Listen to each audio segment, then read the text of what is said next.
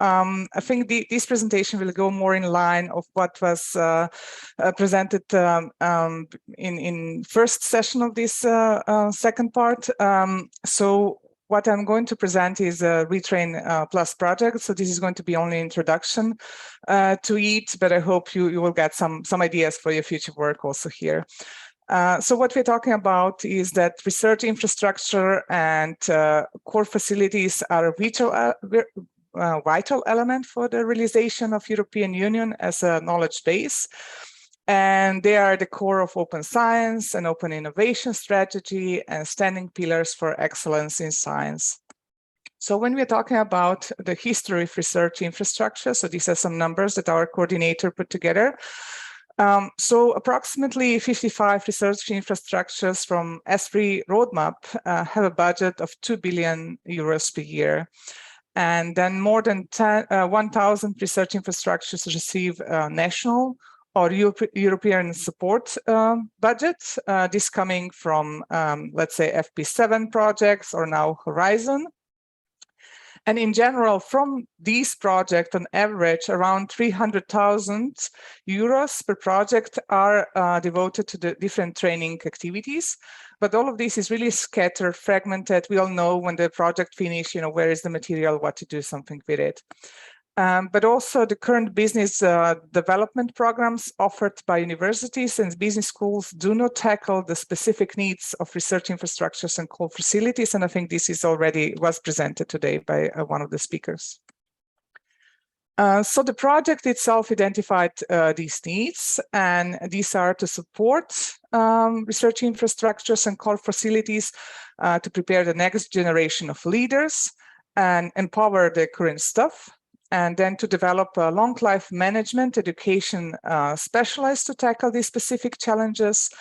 We also know that there's a specificity because there's a multidisciplinary need for that. And we would also like to avoid fragmentation so that we learn all of these at one point and not in several.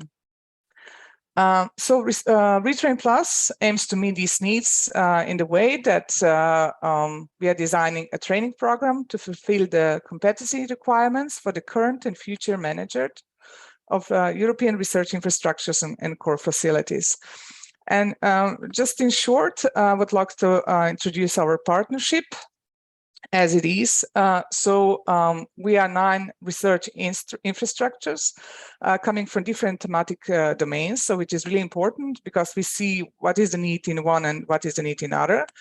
But also have in mind that we are really involved with directly with 9 universities as partners and 18 associated partners that are here, but also association as a core facilities association, but also association of different university leagues, so that we actually can reach all of the universities and see how the things are developing there and try to connect and build upon that. We are designing and delivering specific cross-field executive programs, and then developing a train the trainers kit to allow other providers to replicate the courses, so that we have this comparability. But we are also developing a coaching program for managers working in different research infrastructures and core facilities to reinforce their knowledge and transfer all of that. A task that I'm a bit more involved in is actually more delivering staff and knowledge exchange, where we have a short and long-term possibilities, and also developing a community of practice to structure opportunities to actually exchange some knowledge, to exchange practice, and also through the peer learning approach. I'll share after my presentation links to some of these pages, but just to let you know, so currently we have on our web page of the project presenting 15 organizations that are offering possibility for the staff visit. There are also small bursaries for the visits, so please go and check and apply for some elements and see what are the possibilities there. So, and they come from really different disciplines. They're offering different possibilities in learning. So just to expose few, There was a virtual staff visit also, where 11 colleagues came together, and through several of days, they were discussing topics related to the training operations in their institutes. Then one of the organizations offered more support in the project and grant management processes, when you're sending in for proposals, how they need to be structured, what is the work in the back. But also here's an example of a longer visit by a PhD student. She was at the facility for 3 months and really went into deep and learned some of the skills that were possible there. So this is one of the offers that we are putting in the air, that through the duration of the project, colleagues could come to different research infrastructures and learn from their experience.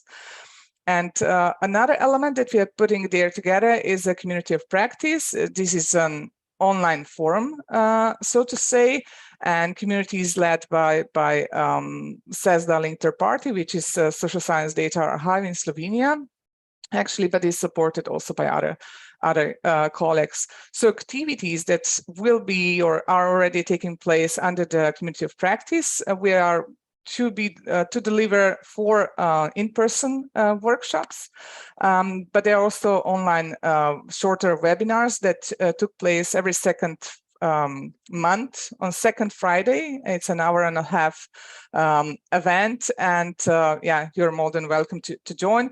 But in between these, we are trying to post. We basically now started with the community, but what we intend is to post some elements in between, so that colleagues that are part of the community can follow some ideas that are being put there.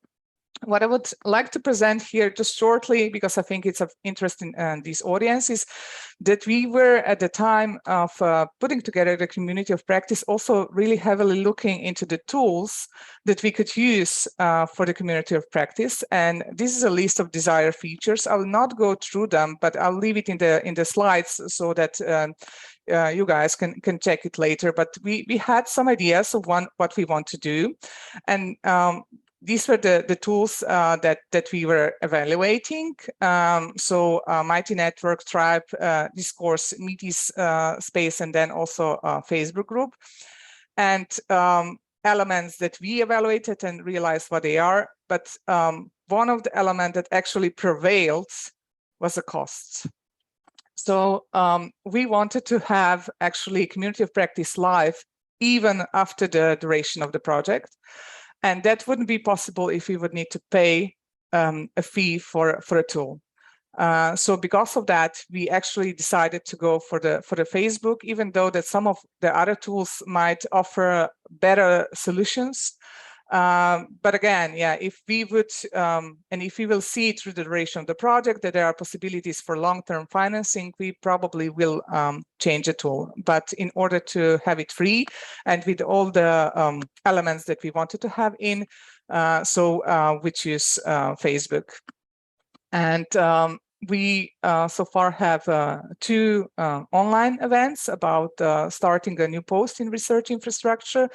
All of these events were quite good visited. We had in-person events at one of the larger conferences about strengthening managerial capacity and data policy management, which was about 3 hours event where people could really work on some of the topics and discuss it. And just now in September, we have an event on socioeconomic impact of research infrastructures, about assessments and things like that. And all of these recordings are available in the closed Facebook group. This is also something that I need to say. So it's not an open group. We do publish some of the things on the open element, but mostly it's closed because we really would like to have discussions recorded and good. So as it was mentioned, I think several times today, people don't tend to ask if recordings are publicly available. I'll share the link later. So just to say that, yeah, in order to prepare future managements, the competency profile definitions needs to be defined, and different learning activities, career paths, this is all elements that are being tackled and looked into in some of the tasks in the RITrainPlus project. But also to add, RITrainPlus aims to establish European School of Management and of Research infrastructures and setting the grounds. This is a primary, the school will primarily be responsible for curricular design and development, for training the trainers, accreditation of the courses, delivery of specific programs, monitor the learning activities, some coordination, but then also certify the track for students. And for those that don't know, there's already some of the schools are being delivered. So there's an executive master in management of research infrastructure. If somebody's interested, they can check out the webpage and see what is being delivered there. But yes, we want to have this collaboration with different universities so that students can exchange and all of the elements there. And I think that's it from my presentation.